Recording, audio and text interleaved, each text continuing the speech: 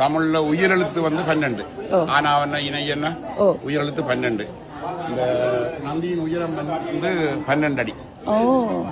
12 அடி. ஓகே. மெய்யெழுத்து 18. குற்றுவாரெழுத்து மெய்யெழுத்து. இந்த கொடிக்காம்பத்தின் உயரம் 18 அடி. மீதமுள்ள உயிர் மெய்யெழுத்து 216. 247 12 போயிட்டு 18 போயிட்டு மிச்சம் 216. இந்த ராஜோபுரத்தின் உயரம் வந்து 216 அடி. இன்றைக்கு தான் தெரியும். உண்மையாவா? தமிழுக்காக கட்டப்பட்ட ஒரு கோயில். தமிழுக்காகவே கட்டப்பட்ட கதைச்சு பழக்கம் இல்லையா, அதனால கொஞ்சம் மாறுது. விஷயங்கள் தெரியும்.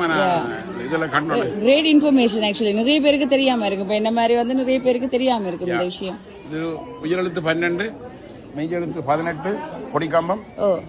உயிர் மெய்யெழுத்து 216 216 அடி. இது 18 அடி, இது 12 அடி. இது இப்ப இந்த கோயில் கட்டி எத்தனை வருஷம்? 1100 வருஷம். 1100 ராஜராஜ சோழனால் கட்டப்பட்டது. ஓகே. இதுல ஸ்பெஷாலிட்டி வந்து அந்த நிழல், அந்த கோபுரத்துல நிழல் படாத நிழல் விழாது. அதோட அந்த விமானம் இருக்கலாம், அந்த மேல அந்த முடி பெரிய கல், ஒரு கல்லால் ஆக்கப்பட்டது. 800 தொன். 800 தொன்ல 800 தொன் பாரம். அது இது இப்படி கொண்டே வச்சா இப்ப சொல்லி வந்த மண் குமியல் இப்படி மண் போட்டு அது ஆணையை கொண்டே கட்டி இழுத்து மேல வச்சதாக இப்ப படங்கள் கம்ப்யூட்டர்ல செய்து காட்டினோம். ஆனா எப்படி வச்சு யாருக்குமே தெரியாதானயா. 800 சொன்ன 216 அடி உயரத்துல வச்சிருக்காங்கல்ல. எப்படி கொண்டு போனாங்கன்றது ஒரு 5 கிலோ வேக் தூக்குறதே கஷ்டமா இருக்கு. இல்ல தமிழர்கள் வந்து இந்த கட்டடக்கலையில பார்த்தா இது 1000 வருஷத்துக்கு பணம் வாங்கிட்டு இல்லையா, என்ன அவ்வளவு அழகா இருக்குது. அப்ப 1000 வருஷத்துக்கு முதல்ல எப்படி இருந்திருக்கும்? உண்மைதான் இல்லையா?